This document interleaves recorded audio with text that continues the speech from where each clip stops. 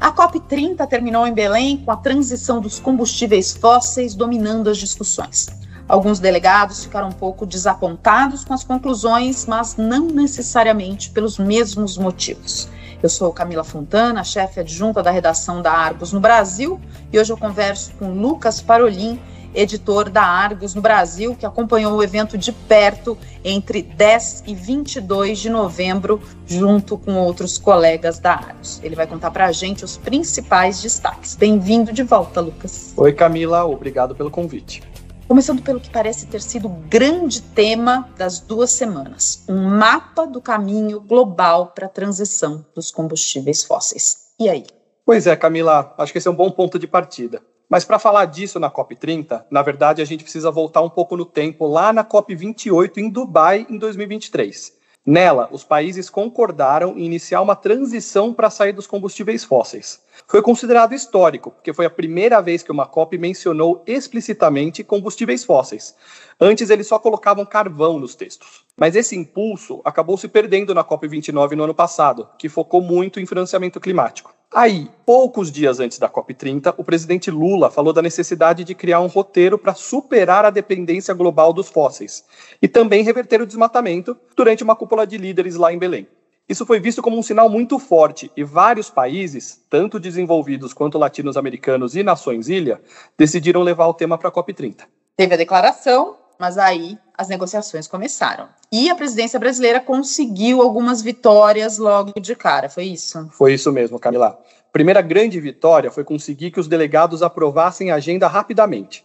Parece uma coisa trivial, mas já teve muita briga em outros encontros climáticos só para definir a pauta. O jeito que a presidência brasileira conduziu esse consenso foi até bastante elogiado. Tinha 8 propostas de agenda, mas 4 eram muito polêmicas.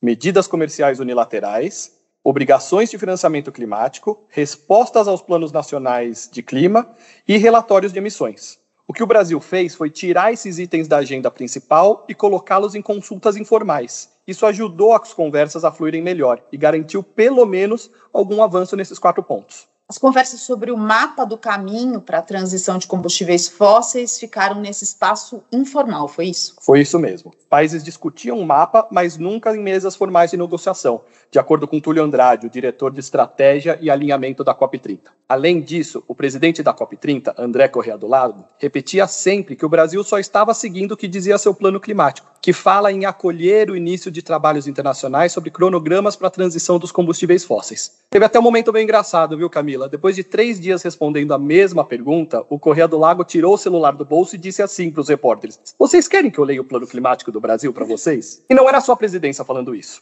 Eu fui numa reunião que um delegado alemão disse que o tema tinha saído das salas e ido para os corredores da COP30. Eu também assisti um painel com representantes da Nigéria, Fiji e Cazaquistão, todos defendendo que a transição fosse tangível, não só retórica. Então a gente pode dizer sim, que o assunto ganhou muita força na primeira semana. E como foi na segunda semana? Bom, lá no dia 18 de novembro, que era uma terça-feira, saiu um primeiro rascunho de texto final. Ele mencionava a transição, esse mapa do caminho, mas com várias opções, inclusive a opção de não ter menção nenhuma. No mesmo dia, um grupo de ministros anunciou uma coalizão de uns 85 países apoiando o mapa do caminho. Eles inclusive chamaram esse primeiro rascunho de muito fraco. O ministro britânico Ed Miliband disse que o tema estava no coração da COP30 e não podia ser varrido para debaixo do tapete. Mas teve alguma oposição, claro. Claro, o Correa do Lago disse que alguns países ainda estavam muito relutantes em aceitar a inclusão desse roteiro nos textos finais. Ele se referia a grandes produtores como Rússia, Índia, Arábia Saudita? Com certeza, Camila, mas não são só eles, tá? Muitos países em desenvolvimento também resistiram. Vamos usar a Nigéria como exemplo. A gente está falando de um país que depende fortemente dos combustíveis fósseis. Eles representam cerca de 80% da economia do país e cerca de 40 gigawatts de geração elétrica vem deles. Então é difícil abrir mão, mas o país reconhece os riscos e fala em ativos encalhados e da necessidade de diversificar. Outros países africanos, como Uganda e Tanzânia, argumentam que qualquer plano de se afastar dos combustíveis fósseis ameaça o direito deles ao desenvolvimento e à segurança energética. Mas é importante dizer que o mapa do caminho também teve apoio de outros países africanos, como Quênia e Serra Leone. Lucas, a gente não tem como falar dessa COP sem mencionar o incêndio, né? É verdade, Camila, não tem. Vamos falar do incêndio da COP. No dia 20 de novembro, lá por umas 14h, um incêndio começou num pavilhão da Blue Zone, onde rolam as negociações. Não sei se vocês viram os vídeos, mas foi um incêndio grande, o fogo era alto. Todo mundo, inclusive os negociadores, foi evacuado, as plenárias foram adiadas e o espaço só reabriu à noite. Isso com certeza atrasou um pouco as decisões. Ninguém se feriu gravemente, mas umas 20 pessoas precisaram de atendimento médico por inalação de fumaça. Susto, né? Mas voltando às negociações, na sexta sai um novo texto sem menção aos fósseis. Exatamente, Camila. O texto falava só da missão Belém para 1,5 graus Celsius, focando em implementar os planos nacionais. Os países pró-mapa do caminho ficaram decepcionados. O comissário europeu, Wopke Hoekstra, chamou o texto de inaceitável. A ministra colombiana Irene Vélez Torres disse que o mapa do caminho não era apenas necessário, mas inevitável. Teve um delegado do Panamá que chamou a ausência da menção aos combustíveis fósseis de simplesmente inaceitável. Palavras fortes, mas, no fim, não adiantou. Não adiantou, Camila. A COP entrou em prorrogação, como costuma acontecer, mas os textos finais no sábado não mencionaram combustíveis fósseis. A Colômbia chegou a ameaçar não aceitar um dos textos sem essa menção. A Arábia Saudita e a Rússia reagiram, outros países latino-americanos retrucaram, meio que comprando a briga.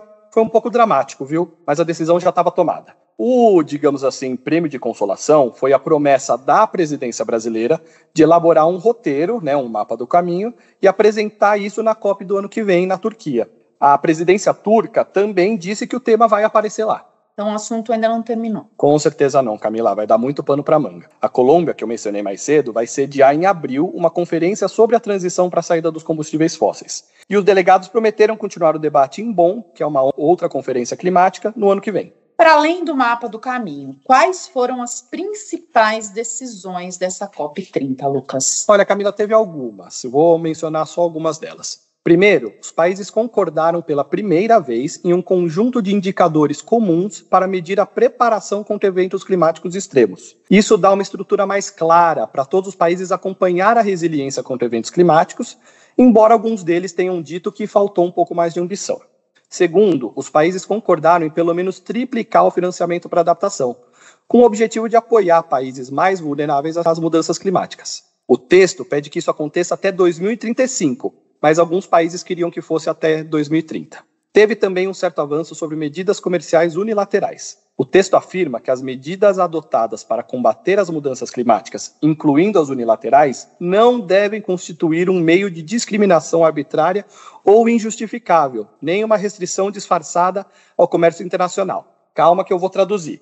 Os países até podem adotar medidas climáticas, mesmo sozinhos, mas elas precisam ser genuinamente ambientais. Não pode ter pegadinha que dificulta o comércio internacional, entendeu? Algum destaque a mais? Teve, Camila. Eu acompanhei lá, digamos assim, uma trama secundária que eu achei bem curiosa. O primeiro rascunho sobre transição justa mencionava pela primeira vez a necessidade de equilibrar minerais críticos. E o que eu quero dizer com minerais críticos? São cobre, lítio, níquel, cobalto, terras raras, essas coisas. De forma justa e sustentável. Isso foi bastante comemorado por alguns, só que também acabou ficando de fora dos textos finais.